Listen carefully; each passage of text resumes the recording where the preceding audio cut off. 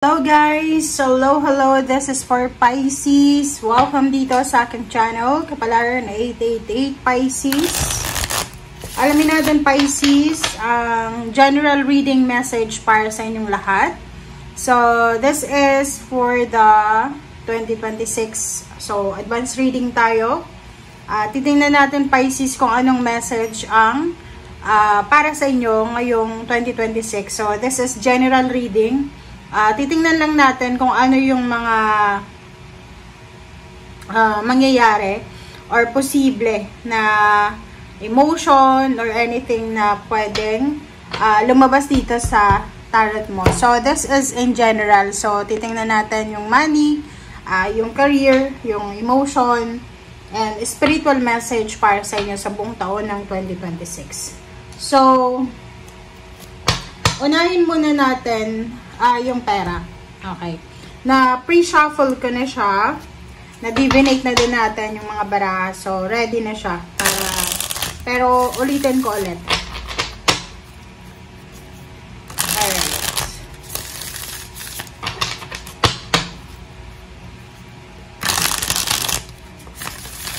This is for Pisces. General reading tayo. Okay, Pisces. 2026, money, career, financial reading. Okay. So, meron ka ditong the Devil, Ace of Swords, and the Emperor. Wow. So, sobrang magical yung messages mo eh. Kasi, kung makikita mo dito, this is 15-6, Ace of Swords, and this is Emperor. Okay, Pisces. So, this is money. Okay, tingnan mo tong Ace of Swords and the Devil. So, atong Emperor na to, this is sure, stability, structure, victory, success, balance sa buhay mo for the year 2026.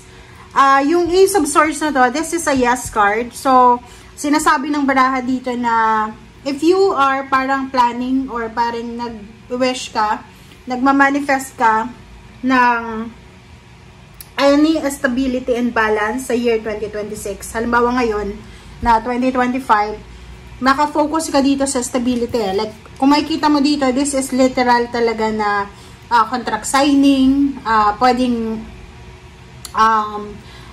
magpipirma ka ng kontrata or it's either mga dokumento, papeles. So, this is sure victory, sure winning, parang ganon. And yung Ace of Swords na to, this is a yes card. So, sinasabi ng baraha sa'yo dito na siguradong sigurado na, Pisces. Okay? This is a sure winning, sure victory, sure success, sure abundance, and prosperity. Okay? Kasi good news siya eh. So, sinasabi ng baraha sa'yo dito na magkakaroon ka ng new perspective and you will have the power kasi ano to eh, the Emperor, you will have the power to make a breakthrough. Parang lahat ata ng gagawin mo sa taong ito ay magre-result siya ng stability and balance.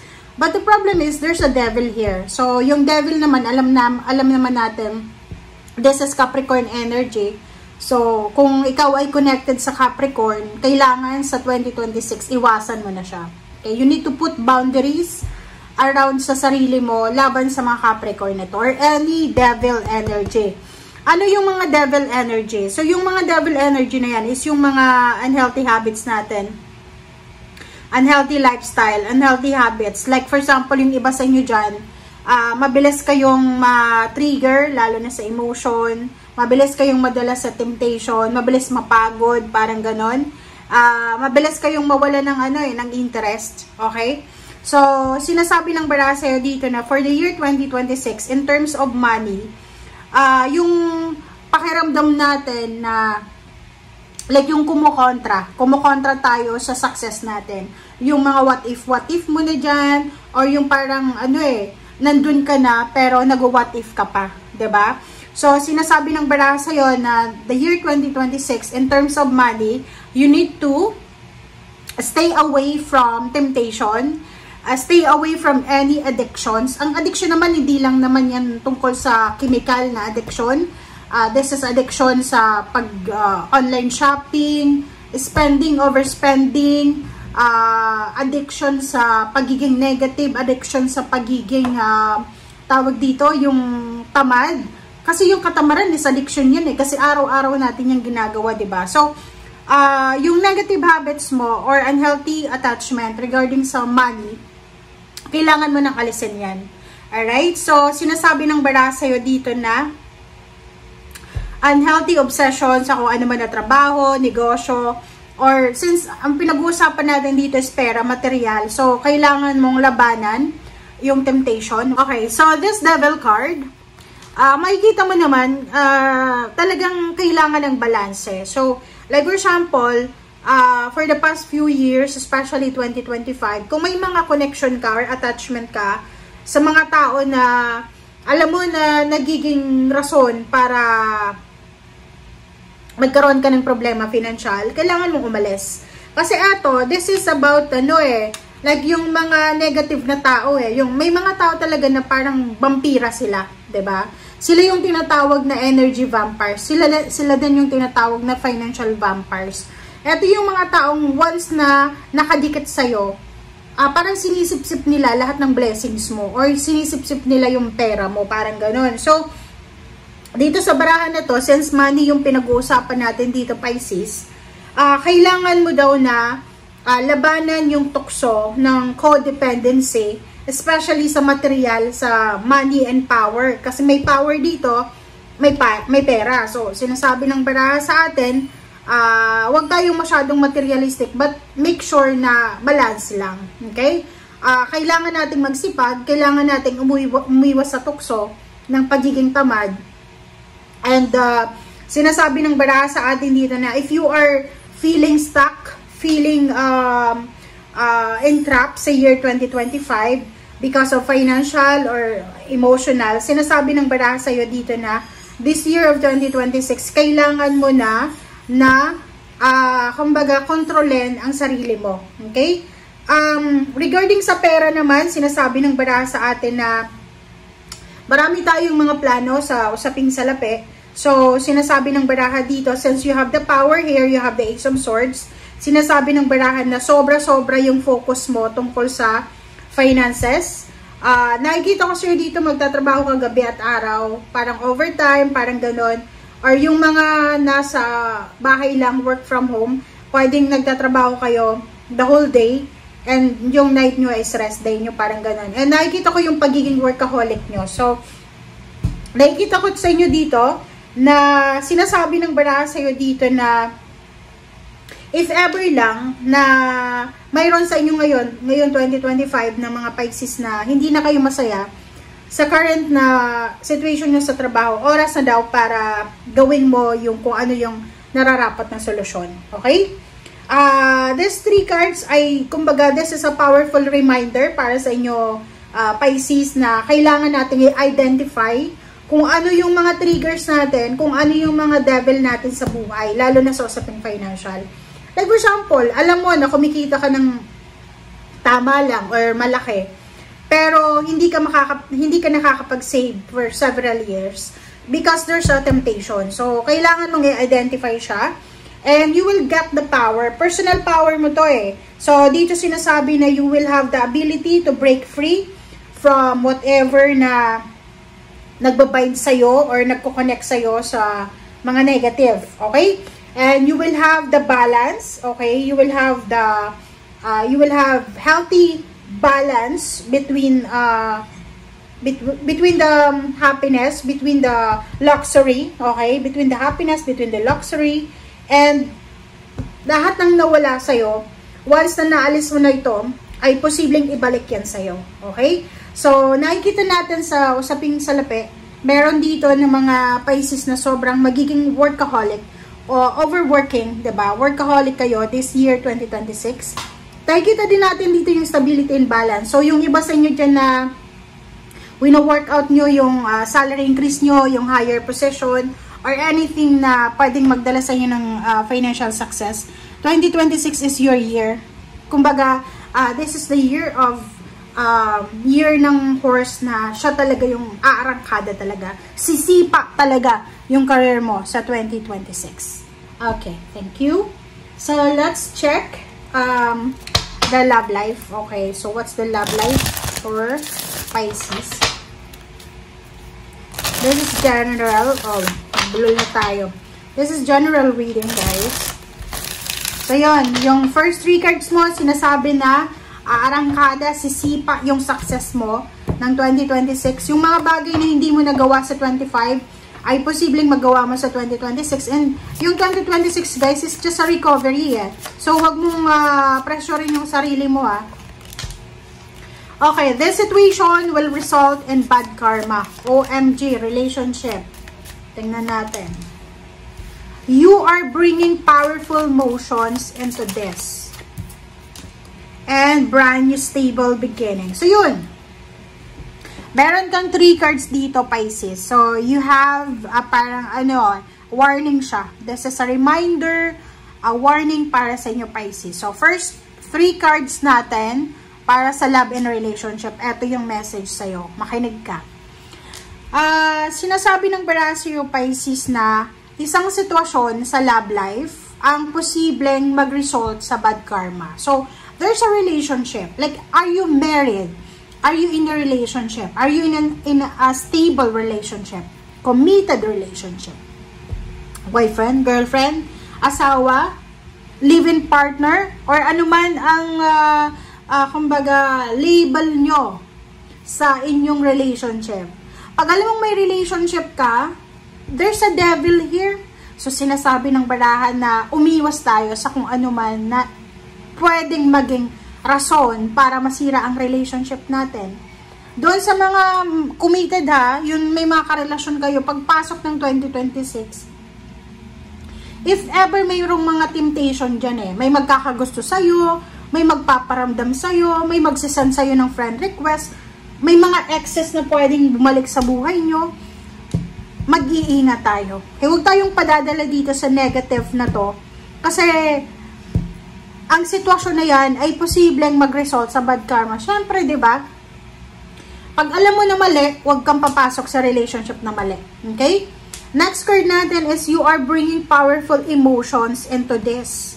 Oh, sa love life din, sinasabi ng bara sa'yo dito na there's a Pisces na magkakaroon kayo ng brand new and stable beginning sa love life. So, like for example, yung iba sa inyo na walang relationship, like single ka, possible na magbukas ulit yung puso mo sa bagong relationship, friendship, yung mga magpapamilya na nag-aaway-away, nagkakagulo, ay posibleng magkaroon ng brand new, stable, new beginnings, reconciliation, or any renewal of relationship.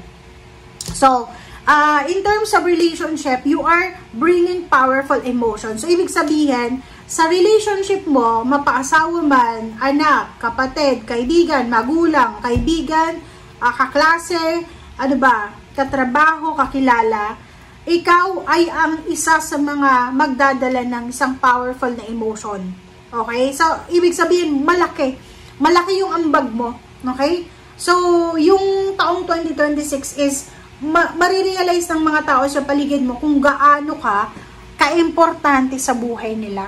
Diba? So, in terms of relationship, yung mga taong, like ngayon, halimbawa ngayong 2025, may mga taong tinitake for granted ka, lalo na karelasyon, kaibigan, kapamilya, or kung sino man sila, hayaan mo sila kasi pagdating ng 2026, mararamdaman nila yan eh.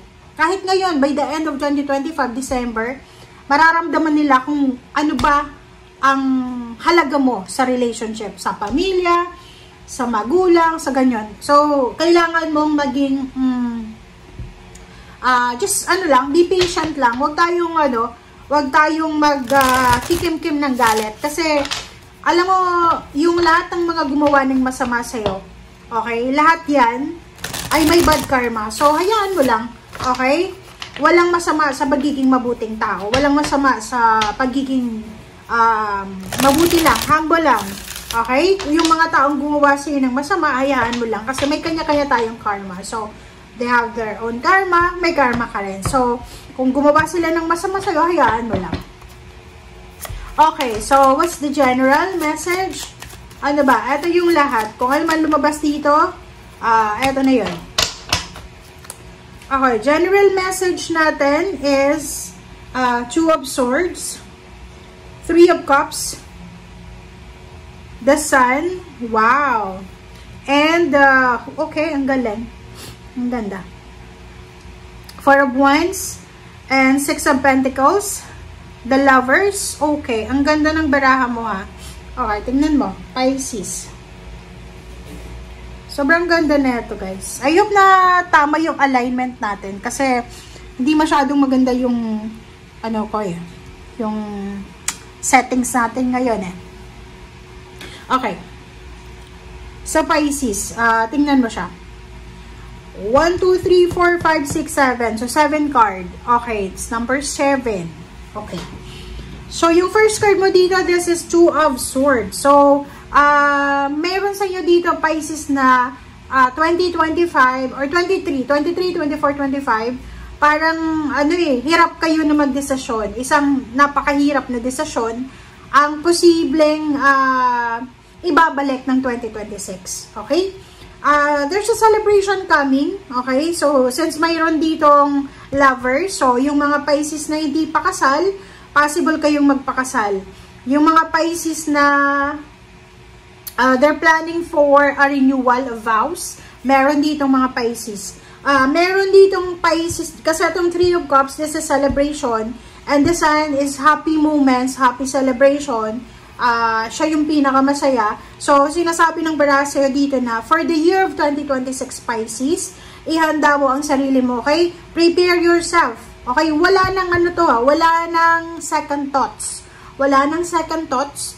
Pagdating ng 2026, magkakaroon ka ng pagkakataon na mag-celebrate. This is the overall celebration na to eh. Yung parang perfect life na ikaw eh. So, sinasabi ng baraha sa'yo na punong-puno ng selebrasyon, punong-puno ng kaligayahan, masaya yung buhay mo, Pisces. There's a Four of Wands, so there's a completion. Pwedeng makukompleto yung halimbawa, nagpapagawa ka ba ng bahay, or pwedeng nagsisimula ka pa lang, like meron ka palang kausap na engineer or architect sa pagpapagawa, or kung ano man tong stability and balance. 44 siya guys ha. This is emotion, this is money. So, sinasabi ng baraha sa'yo dito, Pisces, na in terms of money, you will get the, you will have the stability and balance sa money sa 2026. And for the relationship then, sobrang balance eh. Ibig sabihin, merong housewarming, house blessing, may construction, may renovation, an additional member ng family, there's a wedding celebration, there's a baptism, there's a new members ng family, lahat ng pwedeng rason para mag-celebrate. Six of Pentacles, sobrang generosity to eh. So, there's Two of Swords na dalawa dito, Pisces. So, sinasabi ng baraha sa'yo dito na prepare yourself, okay? For 2026, you need to prepare yourself kasi kung makikita mo dito, Lovers and Six of Pentacles and Ace of Swords, maraming good news ang papasok sa relationship mo, especially if you are married. Okay? If you are married, married Pisces, or nasa live-in partner, as long as na matatag yung foundation nyo, sinasabi ng baraha na maraming good news ang posibleng darating both sa inyong mag-asawa. Mag-asawa, mag-boyfriend, girlfriend, mag-live-in partner. Okay? Lalaki, babae ito eh. So, sinasabi ng baraha sa inyo dito, Pisces, na ihanda mo ang sarili mo kasi it's either ikaw or yung asawa mo or kung sino man yun na partner mo, pareha kayong makakatanggap ng blessing. Okay? This is a breakthrough.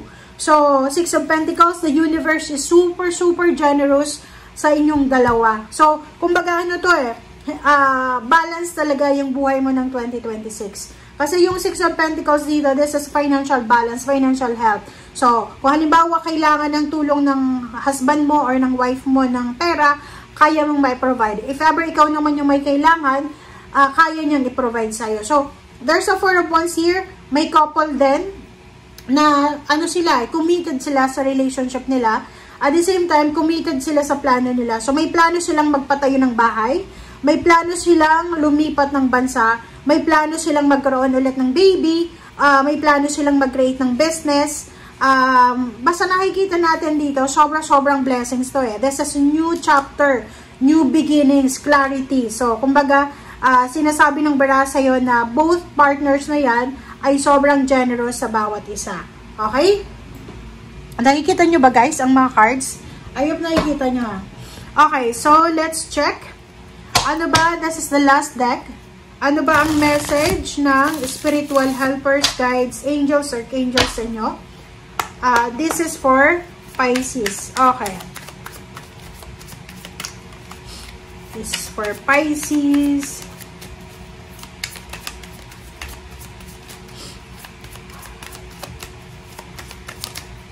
Alright, release. Wow! So, ibig sabihin yan, Pisces, marami kang blessings, marami kang biyaya na matatanggap sa 2026. Pagpasok pa lang ng 2026, marami ka ng blessings na matatanggap. So, hindi mo na kailangan kung ano man ang mga negativity na yan. So, ibig sabihin, ngayon, habang nanonood ka, after mo manood, isulat mo lahat yung mga hinanakit mo sa buhay, yung mga kailangan mong alisin sa buhay. Unahin mo sa sarili mo health. Okay, may mga health issues ka, unhealthy habits, yun, isulat mo. Tapos, relationship. Ito yung gusto kong maalis sa relationship mo. Yung mga petty quarrels or petty mga arguments. Parang ganon. Sa bahay, gusto mong mag-minimalist. Parang ganon. So, sinasabi ng bara sa'yo dito, this is 13, but 4. Number 4 siya. May kailangan kang alisin. Okay? Kailangan mong alisin to para mag-transform yung buhay mo. And you will get the freedom. Okay? So, for example, in order for you to have a new parang healthy lifestyle, may kailangan kang alisin. Okay? If it in terms of health. Relationship naman, kung ayaw mo ng away kayo para sa year 2026, kailangan mong alisin yung pride or kano pa man. Sinasabi ng bara sa'yo dito na the universe will transform your life into the next level siya. Next level siya ng buhay. So, sinasabi ng bara sa'yo na wala ng oras. This is Phoenix rising from the ashes eh. Babangon ka, Pisces. So, halimbawa kung 2025 ay hindi naging maganda yung takbo ng financial mo, ng relationship mo, dito sinasabi na tapos na. Tapos na yung sacrifices mo, tapos na yung problema mo, and tapos na, you are free. Diba? You are free, and your life will transform into parang napakalaking pagbabago to na darating sa buhay mo, Pisces. And, kung makikita mo dito, relationship, money, family, about your happiness, about your job, career, about the people around you, yung mga toxic na yan, mga ungrateful na tao sa paligid mo, sinasabi ng baraha, release it. Okay? So, kung makikita mo dito, puro negative, puro positive siya eh. So, yung mga puro negative sa buhay mo, kailangan mong alisin na para mag-transform ka na. Kasi may kasabihan tayo eh, hanggat na hindi natin inaalis yung sarili natin sa sitwasyon, sa tao na nagbibigay ng sama ng loob sa atin, sakit ng puso sa atin, hindi tayo makaka-move on. So, start 2026, Pisces, na new lahat. Okay? So, dito sinasabi na tapusin mo yung 2025 with a clean heart, with a happy heart, with parang anticipation siya. So, congratulations sa'yo and yun, congratulations sa mga Pisces dito na nanonood. Okay? Claim it. 2026 will be the most happy, prosperous, ano pa ba, abundant, rich, luxurious year para sa inyo. Okay? Thank you guys. Bye!